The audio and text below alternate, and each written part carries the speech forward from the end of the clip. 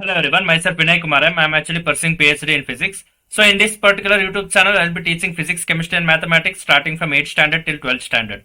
So if you want to learn physics, chemistry and mathematics, then please do subscribe to my channel and stay tuned with my channel. In my previous video, I had actually started the 9th standard 7th chapter, that is motion. So in that particular video, I had discussed about distance and displacement and also about motion. So in this particular video, we will be learning what do you mean by uniform motion and non-uniform motion. So coming to the topic uniform motion. So what do you mean by uniform motion? If any object covers equal distances in equal interval of time, then that particular object is said to have uniform motion. So for example, let's say you are traveling in a particular vehicle. So this particular vehicle will be covering 5 meter in 5 seconds. So let's assume that. So in next 5 seconds also, it will be covering next 5 meters. That is, again it will cover 5 meters in next 5 seconds. That is, total it will be covering 10 meter in 10 seconds. So that means here in equal interval of time, equal amount of distance is covered by this particular vehicle.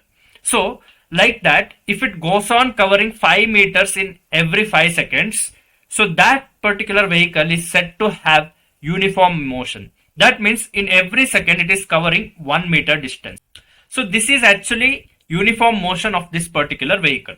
So I'll give another example. Let's assume a person is jogging in a particular park. So this person who is jogging would lose his stamina when he is jogging and his speed will go on reducing. So before mentioning the word speed, I'll just tell that his motion goes on reducing. That means here initially he was covering certain amount of distance in certain amount of time.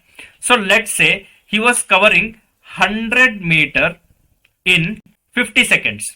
So now as he goes on jogging for a while, then he will be covering 100 meter, same 100 meter in 100 seconds of time. Let's assume that. So that means here as the time progress, the amount of distance what he is covering is reducing, because here if he is taking 100 meter to cover in 100 seconds means in same 50 seconds he would have covered just 50 meter, approximately 50 meter. So that means here the distance what he is covering is going on reducing. Here it was 100, here it was 50. That means this particular person who is jogging is actually not in an uniform motion. That means here the distance covered by this particular person is reducing as the time is going on. So that means in equal interval of time he is not covering the same distance. So this kind of motion can be known as non-uniform motion. So just by looking at this particular word uniform, you can understand. So what do you mean by uniform? That means equal distance. Equal distances will be covered in equal interval of time. So what do you mean by non-uniform? That uniformity will be not there. That's it. So that means in the same interval of time, the same amount of distance should be covered. So that particular object or that particular vehicle or that particular person will be following uniform motion if he covers, or if that object or vehicle covers equal distance in equal intervals of time. So now, what do you mean by speed? So now you might be thinking, so in so much of time, a person or a vehicle is covering so much of distance. So that particular covering distance in a particular time, so the rate of change of distance will give you the speed. So when you actually use the word speed, here for speed, you don't consider direction. So speed is actually directionless. It doesn't depend on direction. It only depends on the magnitude of distance and time magnitude. So both of these physical quantities, magnitude is actually required to define this particular speed. So let's say a particular vehicle was in point A and it is reaching point B. So it has traveled a particular distance like this and it has reached point B. So the total amount of distance what this particular vehicle has covered all through this way, that should be considered, and the time taken to cover this particular path should be taken in the denominator. So here also you can see there is no direction, because in my previous video, if you refer, distance doesn't have direction, it has only magnitude. Only displacement has direction. Because when you consider displacement, only the initial position and the final position matters. So in displacement, A position matters, B position matters. That is, initial and final position only matters. So that's why we take the shortest distance between A and B, and this is known as displacement. So this vehicle has covered this particular distance. So that particular total distance which it has covered, like the car or the vehicle has covered, will be in the numerator, and the total time which is taken by that particular car, it will be in denominator. So this is actually known as the average speed. So why we call this as average speed? Why? Because since this particular vehicle is moving with a particular speed in an irregular path, so the direction of the path changes every instant. So that means here speed might increase in some points and speed might decrease in some points. So let's say in this particular position speed might increase, but when there is a curve here, speed might decrease, and again when the curve is there, again speed might decrease, and again when there is a straight path, speed might increase, and again in the curve speed might decrease. So there is increase in speed, decrease in speed, increase in speed, decrease in speed. So there is variation in the speed. So that's why we are considering the total time and the total distance covered by that particular car. So that's why this particular speed is known as average speed. So there is one more term called instantaneous speed. So what do you mean by instantaneous speed?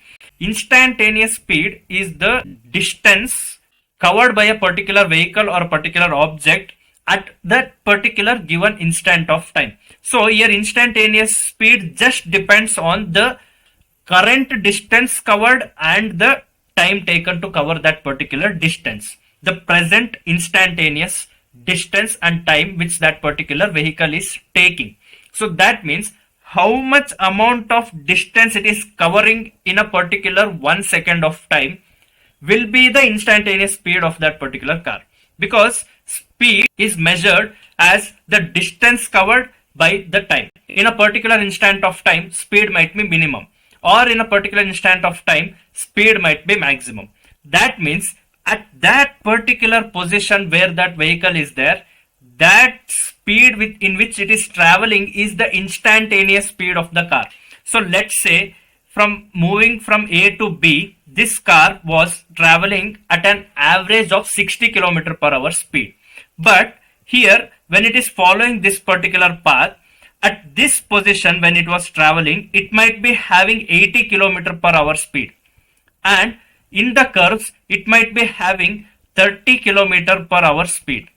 And again when the road was straight or the road was not that proper, it might have taken 70 km per hour speed.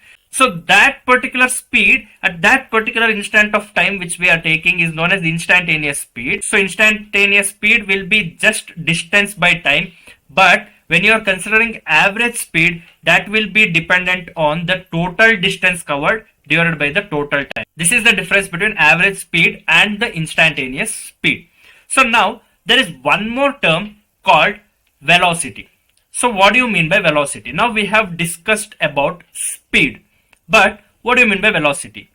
Here simply if you are using displacement in the place of distance, that will give you velocity, because when you consider displacement, there will be a specific direction, because here in displacement it is just that a particular object is displaced from its initial position to a final position. So let's say A is initial position and B is final position. So one object which was there at A has reached B. So here path followed doesn't matter. Only the displacement matters. The object's displacement matters. So that's why here the shortest distance between A and B will be considered as the displacement, because in displacement only the initial and final positions are concerned, not the path followed.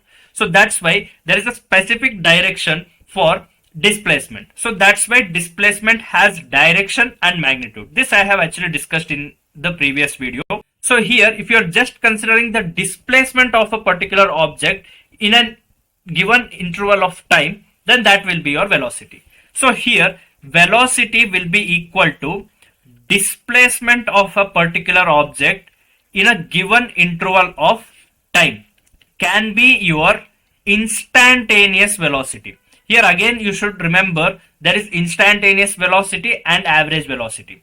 So what do you mean by average velocity and instantaneous velocity? So how much amount of displacement is taking by an object in 1 second time will be the instantaneous velocity. That means if you are just considering an object at this particular point in 1 second, how much displacement of that particular object is happening at that particular position will be the instantaneous velocity. Just like where I have mentioned instantaneous speed, similarly instantaneous velocity also depends on the current velocity of a particular object at that particular instantaneous time or that particular instantaneous position.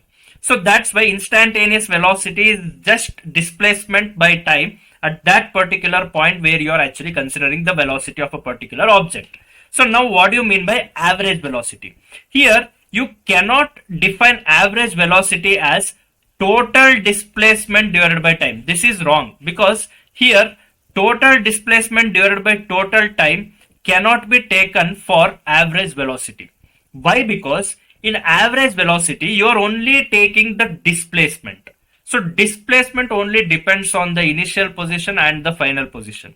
So that's why while considering average velocity, you are not considering the total displacement. You are just concerned about the velocity which was there when it was in position A and the velocity which that particular object is having at position B. That is, so you are just considering the velocity which was there during its initial position and the velocity which that particular object was having in its final position. So you are just taking average of that and you will get average velocity, because in between velocities are not important. Here we are only concerned about the velocity which that particular object had when it was at initial position and when it was at final position. Similarly, in displacement also, we are not considered about the path followed by an object. We only care on the initial position and the final position of the object. That is the A position and the B position.